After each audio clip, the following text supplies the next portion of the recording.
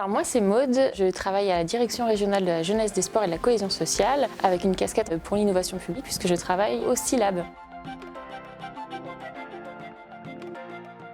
Sur l'inclusion numérique des publics fragiles, avant c'était rien puisqu'il n'y avait pas de politique publique qui était menée sur ce sujet-là et nous on avait constaté l'urgence puisqu'on était en pleine dématérialisation des démarches administratives, en tout cas en pleine accélération de la dématérialisation et donc il n'y avait pas de politique publique en tout cas au local et on avait tout à construire sur le sujet.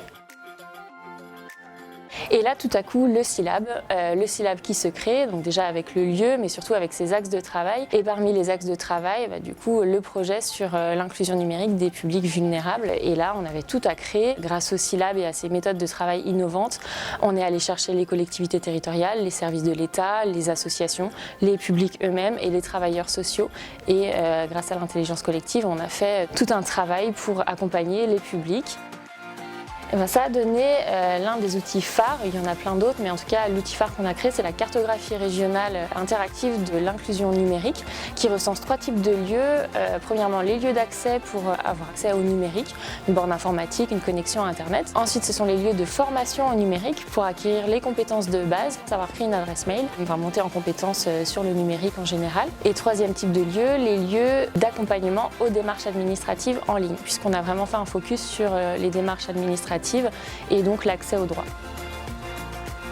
Et maintenant, cette carto, elle continue à vivre, elle est interactive. Au départ, quand on l'a commencé en 2017, il y avait 800 lieux identifiés. Aujourd'hui, on est à 1200 lieux identifiés et qui correspondent à 1800 services dans la région. C'est un outil collaboratif, ça veut dire que n'importe quel acteur de la médiation numérique peut s'identifier sur la carto. Ça le renvoie vers un formulaire, nous on reçoit les informations, on vérifie que c'est cohérent et ensuite le lieu est rajouté et le service est rajouté directement sur la carto. Être ouvert sur l'extérieur, vraiment travailler avec les partenaires privés et publics, c'est l'intelligence collective qui permet d'aller plus loin et du coup décloisonner.